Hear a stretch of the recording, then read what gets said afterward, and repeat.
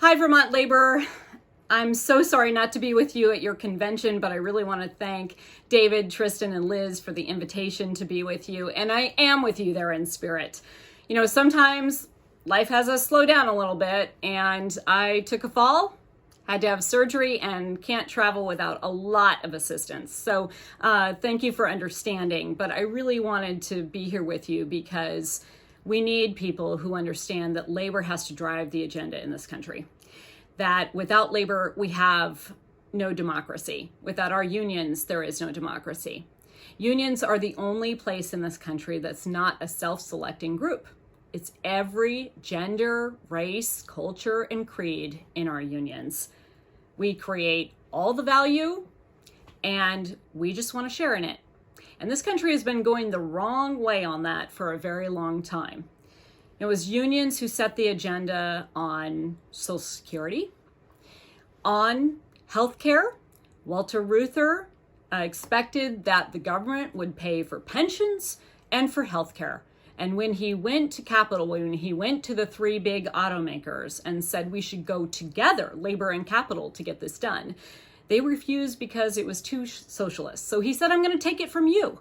And he did. And he set a standard in this country that labor unions then demanded, and we started to raise the standards. But of course, the corporate elite fought back.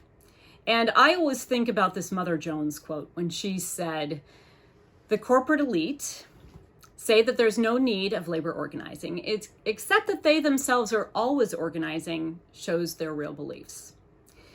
They want the most money for the least, they want the most labor for the least amount of money, and labor wants the most money for the least amount of labor. Labor builds the world palaces and creates all the wealth in the world, but neither spends that wealth nor dwells in the palaces. If you would only realize that you hold the solution to the entirety in your own hands, for if every industry were to simply hold up, not work, the capitalists would yield to any and all of our demands because the world could simply not go on. And that's the truth. That's what we have to own. Corporations, the corporate elite, have money and control. We have the power, but we have to use it. And we have to be strategic about that. So the people who are already in unions, we have to help them define their demands. And we have to help them win strikes.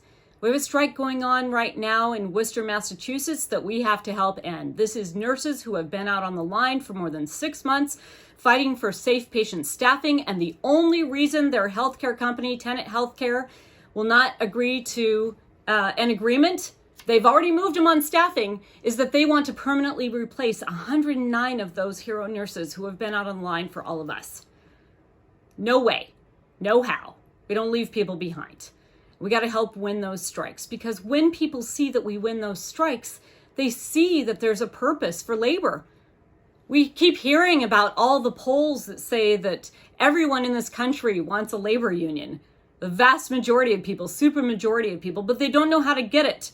And they don't know how labor works. And it's our job to help them understand that. And the best way we can understand that is by getting behind each other and helping to win strikes, thinking about supply chains, thinking about how we can place pressure. Teamsters are very good at this. They stop the trucks. They stop the deliveries to stand in solidarity with other workers. That's how we're going to win. That's how we're going to organize, because we're going to inspire others to organize too. We have to help with campaigns like the Starbucks workers who are organizing in Buffalo right now. We have to help the mine workers in Alabama win, because those mine workers are fighting just so that they can go home with their families each night. I talked with miners down there who were only off work 4 days last year.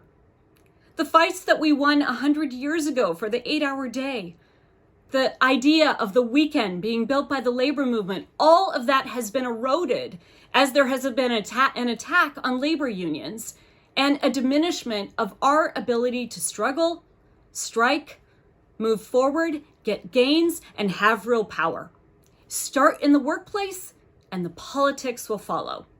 That's what we're going to do together, and I'm excited to do that with you. Have a great convention, and just remember, we have power, and I've got your back.